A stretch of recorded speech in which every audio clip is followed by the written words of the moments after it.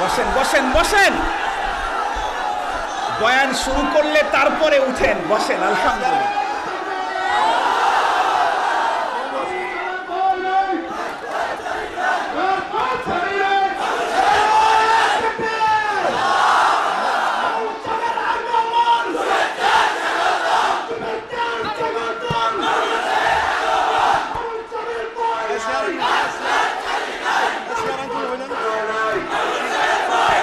দেখি নামাও, কথা বলি না।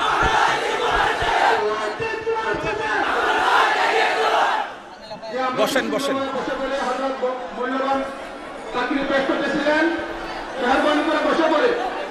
বসেন বসেন বসেন, একটা কথা বলবো, একটা কথা। একটা জিনিস দেখতে পাই যেটা অনেক সময় আমাকে পীড়া দেয়। চট্টগ্রামে যাওয়ার পরে একটা জিনিস আমি দেখতে পাই যেটা আমাকে খুব পীড়া দেয়। কিন্তু সালাম দেয় অশুদ্ধ সালাম। সারা বাংলাদেশের ভিতরে চট্টগ্রামে অশুদ্ধ সালামের সরাসরি সবচেয়ে বেশি। এই হলো একটা জিনিস। আর আপনাদের সিলেটে একটা জিনিস আমি দেখেছি, সেটা হলো তাকবীর দেন কিন্তু সময় মতো দেন, সময় ছাড়াও দেন। মনে করেন আমার চাইতে কোন বড় বুজুর্গ মানুষ বয়ান করতেছেন, যিনি সাহেবে দিল, সাহেবে ইলম, আর আমরা হলাম সাহেবে লিসান। আমাদের চাপাটা ভালো আছে, কণ্ঠটা ভালো, মাল নাই। আর আমাদের বুজুর্গ যারা, তাদের কিন্তু অনেক ভিতরটা অনেক উন্নত। দেখেছি যে অনেক মুক্তা ঝরানো কোরআনে পাকের গভীর তত্ত্ব সমৃদ্ধ আলোচনা চলছে, কিন্তু নওজোয়ান একজন আলেম আসতেছে, ওনার বক্তৃতার মাঝখানেই স্লোগান দেওয়া, এটা আমার কাছে ভালো মনে হয় না। কথা কি বুঝাইতে পারছি? আপনাদের যাতে আজকে মন্দ কাজটা না হয়, এজন্য আমি নিজের পক্ষ থেকেই বলছি যে আপনাদের যতক্ষণ স্লোগান দেওয়া লাগে আগে দেন, তারপরে আমি কথা বলব।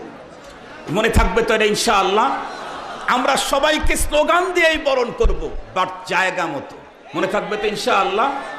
একজন আলিমে দ্বীনের আলোচনা চলতে থাকবে, আর তখন আরেকজনের আগমনের কারণে স্লোগান দিবেন, আলেমে দ্বীনের ওই আলোচনার চাইতে আপনার স্লোগানের দাম বেশি না। মনে থাকবে তো ইনশাআল্লাহ? মনে থাকবে তো ইনশাআল্লাহ?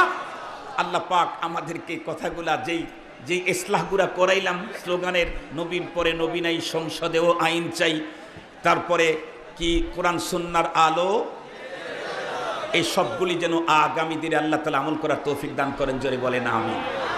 এখন আমার ভাইকে স্টেজে দিয়ে দিচ্ছি, যত খুশি কতবার দাঁড়াইতে পারেন আজকে গুনবো ইনশাআল্লাহ।